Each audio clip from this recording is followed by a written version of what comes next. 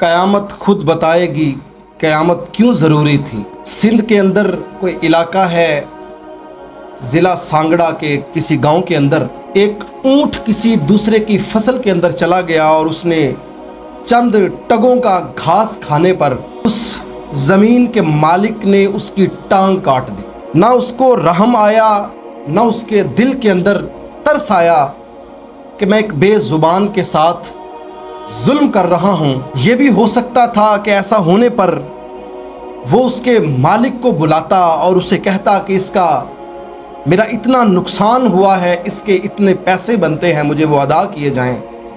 मगर उसने गुस्से में आकर ख़वातीनो हज़रात ऊँट की एक टांग काट दी।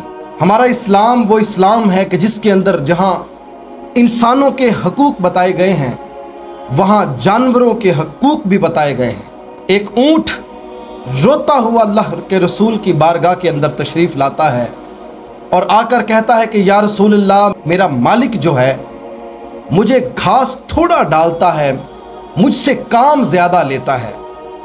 अल्लाह के रसूल, मुझे इसका फ़ैसला करवा कर दें। अल्लाह के रसूल ने उसके मालिक को बुलाया और कहा, तू इस जानवर से काम ज़्यादा लेता है मगर तू इसे घास कम डालता है। अल्लाह के अजाब से डर जा, इस ये ना हो कि क़यामत के दिन तुझे ये ऊँट तेरा गिरेबान पकड़ ले कि तू इससे काम ज़्यादा लेता था और इसको घास कम डालता था।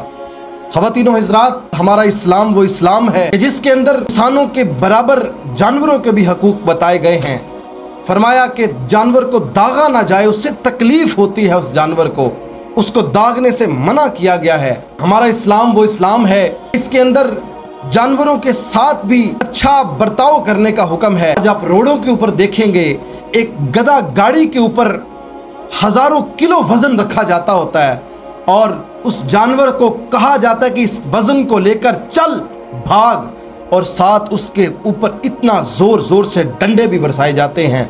ख़वातीनो हज़रात, अल्लाह का अज़ाब ये ना हो कि तुम पर इसलिए आ जाए कि उस बेज़ुबान की आह तुम्हें लग जाए।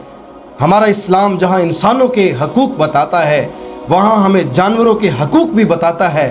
ख़वातीनो हज़रात, आज हमारे लिए लम्हा फ़िक्रिया है कि आज हम कितने संग दिल हो गए हैं, आज हम कितने संग दिल हो गए हैं कि आज हम इंसानों के हकूक़ तो पूरे ना कर सके, साथ जाते जाते हमने उन जानवरों के हकूक़ भी जो है वो पूरे ना करने की कसम उठा ली है।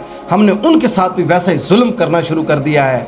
कहाँ है हमारी हुकूमत, कहाँ है वो जानवरों की तहफ़्फ़ुज़ की जो तंजीमें बनी हुई हैं, जो जानवरों के हकूक़ की आवाज़ को बुलंद करने वाले हैं, आज क्यों चुप है वो? सोशल मीडिया के ऊपर इस गर्दिश करदा ख़बर ने मेरे तो आंसू निकाल कर रख दिए कि उस बेज़ुबान ने आखिर तेरा क्या नुकसान किया था?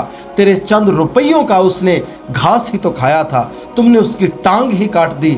क़यामत खुद बताएगी कि क़यामत क्यों ज़रूरी थी। जहाँ इस्लाम ने इंसानों के हकूक़ बताए हैं, वहाँ हमें जानवरों के हकूक़ की भी पासदारी करनी चाहिए। वहाँ हमें जानवरों से भी शफ़क़त और मोहब्बत का हमारा इस्लाम हमें दर्स देता है।